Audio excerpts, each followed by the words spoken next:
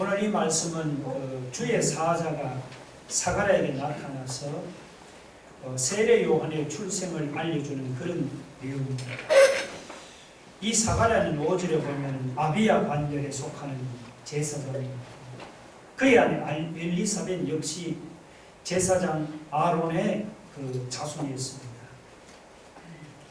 사가랴가 성전에 올라가서 분향을 하는데 주의 사자가 나타났습니다. 11절에 보면 주의 사자가 그에게 나타나서 향단 우편에 선지라. 이 주의 사자는 19절을 보면 가브리엘 그 천사라고 했습니다. 이 가브리엘은 그 하나님의 사람이란 이런 뜻인데 하나님의 계시를 사람들에게 전해주는 천사입니다. 그런데 실제로 보면 당시에 이 사가랴와 엘리사벳 부부는 나이가 많았지만 그 자식이 하나도 없었습니다. 그런데 성전에서 분향하는 사가랴에 갑자기 주의 사자가 나타났어요. 아주 기쁜 소식을 전해주었습니다. 그것은 내 아내 엘리사벳이 너에게 아들을 낳아줄 것이라는 그런 기쁜 소식을 전해주었습니다. 자식이 없이 나이가 많은 부부에게 이 자식이 생긴다는 소식보다 여러분 기쁜 소식이 또 세상에 어디 있겠습니까?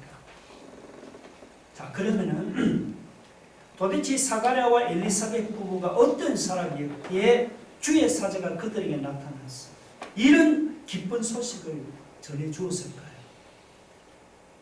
이 사가랴 부부는 첫째 하나님 앞에서 의로운 사람이었습니다. 5절에 보면 사가랴 부부가 살던 시대에는 유대왕 헤롯이었습니다.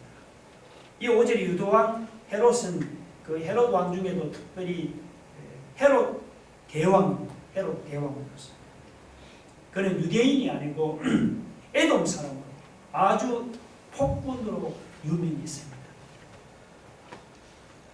그런데 사가랴 부부는 그런 악한 시대에 하나님 앞에서 믿음을 지키는 의로운 사람으로 살았습니다. 6절에 보면 이 두 사람이 하나님 앞에 의인이니 주의 모든 계명과 규례대로 흠이 없이 행하더라. 이렇게 하나님 앞에서 주의 모든 계명과 규례를 지키면서 어렵게 살아가던 사가랴 부부에게 주의 사자가 나타나서 기쁜 소식을 전해주었습니다. 창세기 6장을 보면은 노아 시대 때도 온 땅이 하나님 앞에 부패해서 포악함이 땅에 가득했습니다. 그런 중에도 노아는 그 악한 시대에 동화되지를 않고 의인이요 당대의 완전한 자로 하나님과 동행했습니다. 하나님은 악한 시대에 어렵게 살아가던 노아에게 나타났어. 그에게 방주를 예비해서 홍수 심판에서 구원받을 길을 알려주었습니다. 노아나 사가랴 부부같이 어렵게 살아가는 사람들에게 나타나서 축복하시는 하나님이십니다. 두 번째 사가랴는 자기가 맡은 직무에 충성했습니다. 사람들은 보통 어려움에 처하면 마음이 낙심해서 자기가 맡은 일에 소홀하기가 쉽잖아요. 그런데 사가랴는 달랐습니다. 8절에 보면 마침 사가랴가 그 반열에 차려들어 하나님 앞에서 제사장의 직무를 행할 수 있습니다.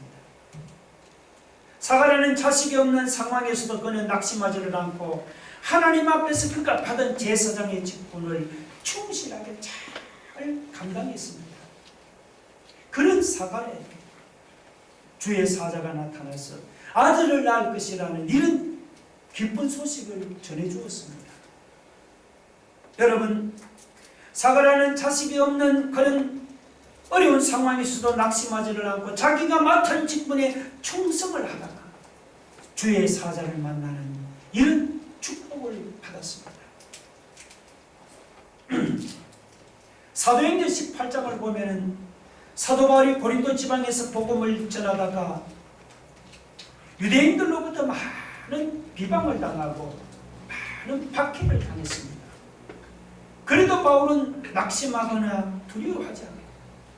하나님 앞에서 받은 복음 전도자의 직분을 충실하게 잘 감당했습니다. 그랬더니 어떤 일이 일어난 줄 압니까? 사도행전 18장 9절 10절 한번 볼까요? 같이 한번 읽어봅시다. 시작. 밤에 주께서 환상 가운데 바울에게 말씀하십니다. 두려워하지 말며 침묵하지 말고 말하라. 내가 너와 함께 있으며 어떤 사람도 너를 대적하여 해롭게 할 자가 없을 것입니다. 사도 바울이 박해를 당하면서도 자기 직분에 충성했더니 그 밤에 주님이 환상 중에 나타났어요. 너를 대적하여 해롭게 할 자가 없을 것이니 두려워하지 말고 침묵하지 말고 담대히 복음을 전하라. 그렇게 위로하고 격려해 주었습니다. 사가랴가 어떤 사람이라서 주의 사자가 나타나서 아들을 얻을 것이라는 이런 기쁜 소식을 전해 주었습니다. 사가랴는 첫 번째 헤롯 왕의 통치를 악한 시대에 동화되지를 않고 주의 모든 계명과 규례를 지키는 의로운 사람이었습니다. 둘째, 사가랴는 자식이 없는 어려움 중에도 그는 낙심하지를 않고 자기에게 주어진 그 제사장의 직무에 충실했습니다. 오늘 우리에게도 사가랴처럼 이런 주의 사자가 나타나서 기쁜 소식을 전해주기를 원하십니까? 그러면 우리도 여러분 사가랴처럼 살아가야 합니다. 시대가 악하다고 악한 시대에 동화되지 맙시다. 비록 시대가 악해도 사가랴나 의인 노아와 같이 하나님 앞에 의인으로 살아갈 수 있기를 바랍니다. 상황이 어렵다고 낙심하지 맙시다. 상황이 아무리 어려워도 사가랴나 바울같이 오늘 우리가 하나님 앞에 맡은 직무에 충성을 합시다. 교회 직분, 가정의 직분, 여러분의 직장의 직분, 맡은 직무에 충성하면서 하나님 앞에 의인으로 살아가는 오늘 우리 앞에 주의 천사가 나타나서 기쁜 소식을 전해주는 이런 역사가 나타날 줄로 믿으시기 바랍니다.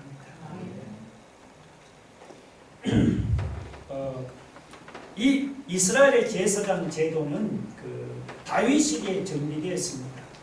역대상 24장에 보면은 다윗이 그 제사장의 반열을 24반열로 나누었습니다. 그리고 한 반열이 6개월에 한 번씩 이제 성전에 올라가서 일주일 동안 봉사를 했습니다. 헤롯 당시 제사장들의 총수가 한 약 2만 명 정도였다고 합니다. 많은 숫자입니다. 그 2만 명의 제사장을 24반열로 나누면 한 반열이 대략 한 700명이 넘는 그런 숫자입니다. 그런데 성전 봉사는 많은 제사장이 필요하지 않습니다. 많아야 제사장 한 20명 정도면 충분히 성전을 봉사합니다. 그래서 각 반열이 이제 성전에서 봉사하는 차례가 되면 그 반열에 속한 한 전체 700여 명 정도가 모여서 제비를 뽑아서 임무를 분담받습니다. 다행히 제비에 뽑히면은 성전에서 봉사합니다. 안 뽑히면 그냥 집으로 돌아가야 했습니다. 그러므로 이 700명의 제사장들 중에서 제비에 뽑힌 제사장은 대단한 영광이었습니다. 그리고 그 제비 뽑힌 제사장들 중에서도 특별히 하나님의 성소에 들어가서 분향하는 것은 가장 큰 영광이었습니다. 여러분 생각을 해보세요. 제비 뽑힌 제사장이 이스라엘 모든 백성을 대표해서 성소에 들어가서 분향을 하고 하나님께 기도하는 그 막중한 일을 하는데 그게 어찌 영광이 아니겠습니까? 제사장이라고 다 성전에 분향할 수 있는 것이 아니죠. 확률적으로 계산하면 한 720분의 1에 불과합니다. 720명 중에 한 명만이 그 자리에 얻을 수가 있는 겁니다. 대부분은 평생을 제사장으로 섬겨도 이 성전에 들어가서 분향하는 영광을 얻지를 못한다고 합니다. 성전에서 분향하는 것이 그만큼 어려운 것입니다.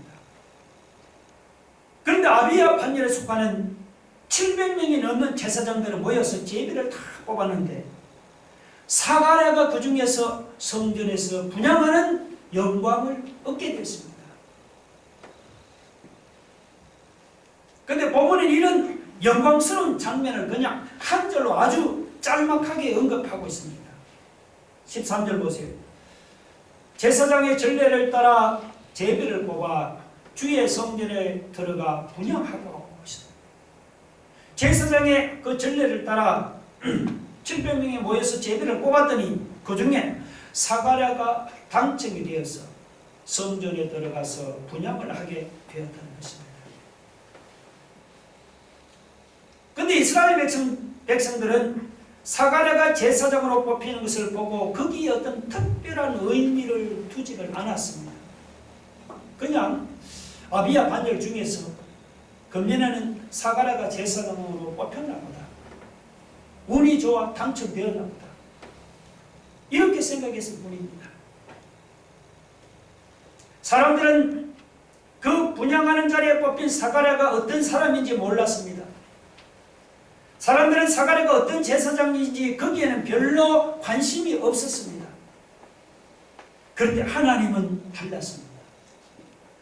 하나님은 많은 제사장들 중에서 특별히 한 사람, 사가랴를 알고 계셨습니다.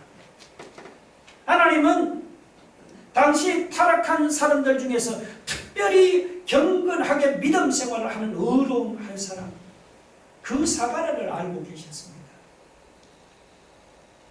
하나님은 400년 동안이나 응답이었던 기도의 응답을 주시려고 일부러 그 많고 많은 제사장 중에서 의롭고 경건한 제사장인 사가랴를 뽑은 것입니다. 당시 이스라엘 사회에 2만 명 가량의 제사장이 있었습니다. 그런데 그 많은 제사장들 중에서 사가랴가 하나님의 성전에서 분향하는 영광을 얻었습니다. 운이 좋아서 로또에 당첨되듯이 그냥 사가랴가 운이 좋아서 분향하는 그 자리에 당첨되었습니까? 아니면은 사가랴가 다른 사람들에게 없는 특별한 무슨 백이 있어서 그 자리에 앉게 되었을까요? 천만의 말씀입니다. 사가랴는 다만 하나님 보시기에 경건한 의인이었습니다. 여러분 6절 보면은 이 두 사람이 하나님 앞에 의인이니 주의 모든 계명과 규례대로 흠이 없이 행하더라고 했습니다. 사가랴는 그 당시 많은 사람들 중에서 주의 모든 계명과 규례를 지키면서 하나님 앞에서 온전하게 살아가려고 힘쓰던 의인이었습니다.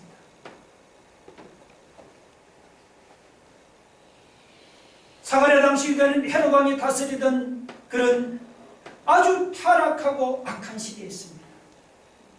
사가랴는 그런 타락하고 악한 시대에 살면서도 그런 시대에 물들지를 않았습니다. 하나님 앞에서 믿음을 지키면서 경건하게 살던 의인이었습니다. 세상 사람들은 그런 사가랴를 알아주지도 않고 인정해 주지도 않았습니다. 그러나 하나님은 달랐습니다. 하나님은 타락한 시대에 경건한 한 사람인 사가랴를 알아주시고 인정해 주신 것입니다. 그래서 사가랴를 성전에서 분향하는 제사장으로 뽑은 것입니다. 그냥 사가랴가 어쩌다 운이 좋아서 당첨된 것이 아니에요. 여러분, 하나님은 타락한 시대에 경건하게 살아가던 한 사람 사가랴를 주목하시고 그에게 성전에서 봉사하는 영광을 맡겨주신 것입니다. 여러분, 하나님이 어떤 사람을 알아주시고 인정해 주십니까? 하나님은 여러분 돈 많은 사람이나 똑똑한 사람이나 권세 있는 사람을 알아주고 인정해 주질 않습니다. 하나님은 경건한 사람, 의로운 사람을 알아주시고 인정해 주십니다. 오늘 저와 여러분도 세상에 비록 돈은 별로 없고 번세는 없을지라도 하나님 모시기에 어려운 사람, 경건한 사람으로 살아가기를 바랍니다. 그래서 사가랴처럼 우리도 하나님 앞에 귀하게 소임받는 일꾼이 되기를 주의 이름으로 축원합니다. 그 다음 14절 17절은 이것은 사가랴의 그 아들에 대한 내용이죠. 자, 사가랴가 낳을 아들이 어떤 아들입니까? 오늘 몇 가지는 세례 요한이죠. 그가 어떤 아들이 14절 16절을 보면 몇 가지 생각할 수 있는데, 첫 번째, 그는 많은 사람들이 기뻐하는 그런 아들이었습니다. 세상에 많은 사람에게 여러분 근심이 되고 무거운 짐이 되는 사람이 있죠. 부모에게 근심이 되는, 혹은 가족에게 무거운 짐이 되는 사람도 있습니다. 만나는 사람들마다 스트레스를 주는 사람도 있죠. 가랑주다는 사람은 차라리 이 세상에 태어나지 않았으면 좋을 뻔한 그런 사람이라고 했습니다. 그러나 사가랴의 아들은 달랐어요. 이 사가랴의 아들이 아까 세례 요한 아닙니까? 세례 요한은 말라기 이후 400년 만에 나타난 선지자였습니다. 그래서 세례 요한의 출생은 그의 부모에게만 기쁨이 된 것이 아니고 많은 사람들에게도 기쁨이 되었습니다. 즐거움이 되었어요. 여러분 14절 보세요. 너도 기뻐하고 즐거워할 것이요 많은 사람도 그의 세례 요한의 태어남을 기뻐하게 되었습니다. 여러분 우리도 예수 믿는 신자로서 만나는 사람에게 여러분 기쁨을 줍니까? 기쁨을 주기는 그냥 슬픔을 주고 근심을 주는 것이 아닙니까? 부모에게 근심이 되고 가족에게 무거운 짐이 되고 만나는 사람들마다 스트레스를 주는 것이 아닙니까? 여러분 세례 요한같이 부모에게 기쁨이 되고 많은 사람에게 기쁨이 되고 여러분 즐거움을 끼치는 그런 사람이 되기를 바랍니다. 두 번째, 사가랴의 아들, 그는 주 앞에서 큰 아들이었습니다. 15절, 이는 그가 주 앞에 큰 자가 되며, 이 주 앞에서 크다는 것은요, 뭐 지위가 크다 혹은 돈이 많다 혹은 인격이 크다 이런 뜻이 아니고 이것은 사명이 크다는 것입니다. 사명이 크다. 세례 요한의 사명은 잘 아시죠? 예수님 오실 길을 준비하는 것입니다. 그래서 그가 크고 위대하다. 그러니까 주 앞에서 크다 이건 사람 보기에 큰 것이 아니고 하나님 보시기에 크다는 겁니다. 사람들은 지위가 높고 권세 있는 사람은 크다 하잖아요. 그 사람 크다. 그러나 하나님은 지위나 권세 있는 사람은 크다고 하지 않으십니다. 하나님은 하나님의 아들 예수 그리스도를 위해 일하는 사람을 하나님이 크다고 하시는 거예요.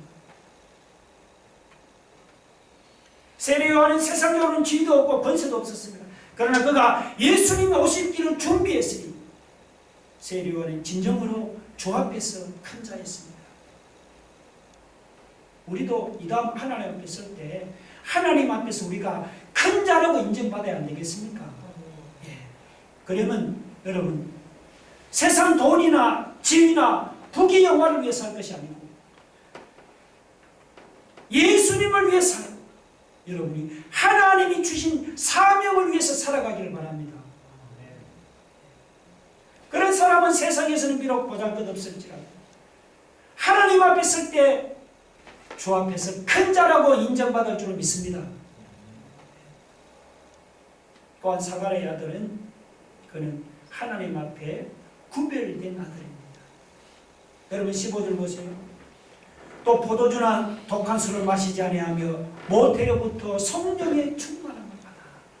여기서 포도주나 술을 마시지 않는 것은 구약 보면 나실인의 그 생활 방식입니다. 이 나실인은 뭐냐? 하나님께 온전히 들어진 사람이다. 그런 뜻이죠. 구약 성경으로는 삼손도 나실인이었고 또 여러분 잘 아는 사무엘도 나실인이었습니다.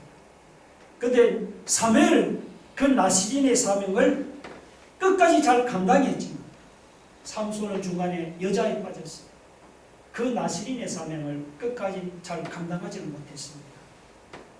반면에 세례 요한은 포도주나 독한 술을 마시지 않고 그는 모태로부터 성령의 충만함을 받았어요. 나시린의 사명을 끝까지 잘 감당했습니다. 물론 지금은 구약시대처럼 나시린의 제도 그런 게 없습니다. 그러나 우리의 마음은 말이죠, 여러분. 우리는 하나님께 온전히 들어진 나시린으로 살아가야 하는 거예요. 예수 믿는 신자는 타락한 이 세상과 구별된 거룩한 삶을 살아가야 합니다. 예수 믿는 신자는 포도주나 술에 취해서 그냥 해롱해롱하며 살아갈 게 아니고 세례요한처럼 성령의 주에서 성령의 인도함을 받는, 여러분 성령 충만한 이런 거룩한 삶을 살아갈 수 있기를 바랍니다. 또한 그는 어떤 사람이요? 엘리야의 심령과 능력을 가진 아들이라고 했어요. 17절에 보면, 자 17절 보면 보세요. 그가 또 엘리야의 심령과 능력으로 주 앞에 먼저 와서 아버지의 마음을 자식에게 거스르는 자를 의인의 설계에 돌아오게 하고 주를 위해 세운 백성을 준비하리라. 자, 이것은 여러분 구약 성경의 그 마지막 성경인 말라기 4장 5절에서 인용한 말씀입니다. 엘리야는 그 구약 성경을 보면은 하나님 주신 능력으로 많은 사람들을 하나님께로 돌아오게 했습니다. 세례 요한도 엘리야의 심령과 엘리야의 능력으로 아버지의 마음을 자식에게로 돌이키고 거스르는 자를 의인의 설계로 돌아오게 하는 그런 역할을 했습니다. 이렇게 많은 사람들을 하나님께로 돌아오게 하는 그 역할을 세례 요한이 했습니다. 근데 여러분, 이것이 아버지의 마음을 돌이키고 거스르는 자를 하나님께로 돌이키는 이것이 어찌 세례 요한만의 사명이겠습니까? 이것은 예수 믿는 우리 모든 사람의 사명입니다. 여러분, 세상의 마음이 빼앗겨 사는 사람을 하나님께로 돌아오게 하는 그것이 바로 저와 여러분의 사명이다 말이죠. 하나님을 거스르고 하나님을 거부하고 믿지 않은 사람들을 하나님께로 돌아오게 하는 이것이 바로 저와 여러분의 사명인 거예요. 여러분, 지금까지 그 사명을 의식하며 살았습니까? 혹시 그 사명을 잊고 지냈다면 우리가 이 말씀 앞에 회개해야 합니다. 지금이라도 늦지 않습니다. 우리의 남은 생애는 여러분 주변에 하나님을 거스르는 자, 거역하는 자의 그들의 마음을 돌이켜서 하나님께로 돌아오게 하는 하나님 주신 이 사명 잘 감당할 수 있기를 주의 이름으로 축원합니다. 하나님이 사가랴에게 천사를 보내서 그에게 아들을 주시겠다고 말씀했죠. 그때 사가랴가 어떻게 했습니까? 참 사가랴가 경건하고 믿음의 사람인데, 그러면 아멘, 하나님 그렇게 될 줄로 믿습니다 하면서 하나님의 그 말씀을 믿음으로 받았다면 참 좋겠는데, 그런데 믿음의 사람도 넘어질 때가 있어요. 사가랴는 그렇게 하지를 못했습니다. 여러분 18절 보세요. 우리 한번 읽어봅시다. 18절 시작. 사가랴가 천사에게 이르되 내가 이것을 어떻게 알리오? 내가 늙고 아내도 나이가 많으니. 앞에서 하나님 나타나셔서 사가랴, 너에게 아들을 주겠다. 하나님 기쁜 소식을 알려주었잖아. 그런데 사가랴는 그 말씀을 믿음으로 받지를 못했습니다. 물론 그 당시 사가랴의 아내가 나이가 몇 살인지 성경에는 안 나와 있지만, 알 길이 없지만, 오늘 그 말씀대로 두 사람의 나이가 많고 늙었다는 것은 틀림없죠. 그래서 사가랴는 지금까지도 아이를 낳으려고 했는데 아이가 없었는데 도대체 이 나이에 어떻게 아이를 낳을 수 있겠느냐면서 그 천사가 전해주는 그 하나님의 말씀을 믿지 않았습니다. 참 안타까운 노릇이죠. 여러분, 비슷한 일이 아브라함의 아내 사라에게도 일어났잖아요. 창세기 18장 보면 아브라함이 부주 중에 하나님이 천사를 잘 대접했더니 그때 천사가 떠나면서 아브라함에게 기쁜 소식을 약속했죠. 내년 이맘때 내 아내 사라에게 아들이 있을 것이라고 약속을 했잖아요. 그때 아브라함이 아내 사라는 뭐라고 하냐면 나이가 많아 늙었고 그때 이미 사라에게는 생리도 끊어진 지 오래됐습니다. 사라는 속으로 그 말을 듣고 나도 늙었고 내 남편도 늙었는데 어찌 아들을 낳을 수 있겠냐면서 천사가 전해주는 그 말을 믿지는 못했어요. 자, 이걸 보면 참 믿음의 사람도 넘어질 때가 있어요. 그러나 여러분, 아무리 하나님이 택한 사람이라도 하나님의 약속을 믿지 못하면 여러분 하나님이 책망하시는 거예요. 여러분 창세기 18장 13절 한번 볼까요? 읽어봅시다. 다 같이 시작. 아브라함에게 이르시되 사라가 왜 웃음이 이르기를 내가 늙었거늘 어떻게 아들을 낳으려 하느냐. 이것은 하나님이 지금 그 믿지 못한 사라를 책망하시는 말씀입니다. 사라가 하나님 약속을 믿지 않다가 이렇게 하나님으로부터 책망을 당했습니다. 오늘 본문을 보면 사가라도 믿음이 좋은 사람인데 이 말씀을 믿지 못하다가 역시 하나님은 또 책망을 당했습니다. 19절 보면 천사가 대답하여 이르되 나는 하나님 앞에 서 있는 가브리엘이라. 이 좋은 소식을 전해 네게 말하라고 보내심을 받았노라. 아까 가브리엘 천사 얘기했죠.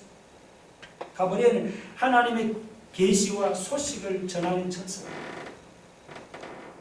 가브리엘 천사가 사가랴에게 나타나서 나는 가브리엘이라면서 자기 이름을 소개하는 이유가 뭔지 아세요? 어떤 자기의 권위를 자랑하기 위해서가 아닙니다. 이것은 뭐냐? 자기가 전하는 그 말이 자기 말이 아니고 하나님의 말씀이니 네가 이해가 안 되더라도 믿어야 한다는 그런 뜻입니다. 사가랴는 이렇게 하나님의 말씀을 믿지 않다가 책망만 받은 게 아닙니다. 여러분 그 밑에 20절 보세요. 어떻게 됐습니까? 오라 이 일이 되는 날까지 네가 말 못하는 자가 되어 능히 말을 못하리니 이는 내가 내 말을 믿지 아니합니까니와 때가 이르면 내 말이 이루어지리라 하더라. 이는 내가 내 말을 믿지 아니합니까. 사가랴는 하나님의 말씀을 믿지를 않다가 그는 하나님으로부터 책망받고 또한 징계를 당해서 말을 못하는 버거리가 되고 말했습니다. 자, 그러면 사가랴가 하나님의 말씀 믿지 않았다고 여러분 그 말씀이 이루어지지 않았습니까? 엘리사벳 잉태하지 못했습니까? 24절 뭐라고 합니까? 보세요. 이후에 그의 아내 엘리사벳이 어떻게 됐어요? 잉태했다. 잉태했다 말이죠. 사가랴가 하나님의 말씀 믿지 못하고 내가 어떻게 애를 가지기로 했지만 그러나 그의 아내는 하나님이 말씀한 대로 잉태를 여러분 하게 된 거예요. 할렐루야. 그래서 20절에 보면 네가 내 말을 믿지 아니하미거니와 그러나 그게 뭐라고 합니까? 때가 이르면 내 말이 이루어지리라고 했습니다. 여러분 하나님의 말씀은 사람이 믿지 않을지라도 사람이 안 믿는다고 안 이루어지는 게 아니고 하나님의 때가 이르면 반드시 말씀대로 이루어지는 겁니다. 반면에 그 과정에서 하나님의 말씀 믿지 않는 사람은 어떻게 됩니까? 하나님의 말씀 믿지 않는 그 사람은 벌을 받았어. 사가랴처럼 벌을 받게 되는 겁니다. 근데 여러분 놀라운 사실은 사가랴는 하나님의 말씀을 믿지 않아서 벌을 받았는 거예요. 여러분 그 밑에 38절에 보면 예수님의 어머니 처녀 마리아는 어때요? 38절에 보면 예, 마리아가 이르되 주의 여종이 오니 말씀대로 내게 이루어진다. 이것이 우리의 믿음 되기를 바랍니다. 예수님 어머니 마리아는 사가랴보다 더 믿기 어려운 말씀 전했죠. 그리고 노인은 애 낳는다면 그래도 여러분 좀 하지만 처녀가 애 낳는다면 이게 여러분 이해가 됩니까? 안 되잖아요. 그런데도 마리아는 그 말씀을 믿었단 말이죠. 믿어지지 않은 하나님의 말씀뿐만 믿으면은 말씀대로 이루어지는 것입니다. 그럼 우리는 내 머리로 납득이 안 된다고 사가랴처럼 하나님의 말씀을 믿지 못하는 불신앙의 사람이 되지 말자. 그러면 성경 다 읽어 앞장하고 뒷장밖에 안 남습니다. 내 머리로 납득이 안 될지라도 마리아처럼 말씀대로 내게 이루어지다 하면서 하나님의 말씀을 믿는 신앙의 사람이 되기 바랍니다. 여러분 45절 보세요. 주께서 하신 말씀이 반드시 이루어지리라고 믿은 그 여자에게 무엇이 있다고요? 복이 있도다 했습니다. 하나님의 말씀이 반드시 이루어진다고 믿는 사람이 여러분 복 있는 사람이라는 것을 믿으시기 바랍니다. 다 같이 말씀을 생각하면서 기도하겠습니다. 여러분, 하나님의 말씀은 사람이 안 믿어도 때가 되면 반드시 이루어집니다. 그러나 그 말씀 안 믿는 그 사람은 사과처럼 벌을 받아요. 우리는 내 머리를 앞뒤게 안될지라도 주의 말씀이 말씀대로 이루어지리다, 말리아처럼 믿는 믿음의 사람이 여러분 되기를 원합니다. 여러분, 우리는 어떤 사람이 되겠습니까? 우리 많은 사람이 기쁨이 되는 사람, 우리는 세상에서 큰 사람이 아니고 주님 앞에서 큰 사람이 되겠습니다. 악한 세상에서 구별된 거룩한 사람으로 살아갑니다. 엘리야의 심령과 능력을 가지고 많은 사람들을 주님께로 돌아오게 하는 이런 사람이 되기를 원합니다. 주님, 하나님 앞에 의로운 사람, 맡은 직무에 충성하는 사람, 하나님, 그 사람 들어서신 하나님, 오늘 우리도 사그라처럼 이렇게 하나님 앞에 의로운 사람, 맡은 직무에 충성하는 삶을 살아가기로 소망합니다. 우리 말씀을 생각하며 다 같이 통성으로 기도하겠습니다. 할렐루야. 하나님 아버지, 하나님 아버지, 오늘 우리도 사랑처럼 하나님 앞에 악한 세상 속에 하나님 물들지 않고 경건한 어려운 삶, 우리에게 맡긴 직무에 충성하는 삶으로서 아버지 하나님 앞에 귀하게 쓰임받은 일, 하나님 아버지, 오늘 우리는 하나님 많은 사람의 기쁨이 주는 사람이 되게 하시고, 사람들 앞에 큰 사람이 아니고 주님 앞에 큰 사람, 하나님 앞에 구별된 사람으로서 아버지 하나님, 엘리야의 심령과 능력을 가지고 많은 사람을 주님께로 돌아오는 귀한 사람을 아버지 하나님, 하나님 말씀이 우리가 안 믿어도 때가 되면 반드시 그러나 그 말씀을 믿지 못할 그 사람 하나님의 벌을 받고 있습니다. 사랑하는 경건한 사람도 하나님 납득이 안 되면서 믿지를 못합니다. 주여, 오늘 우리에게 하나님 믿음을 가져가시고 마리아처럼 하나님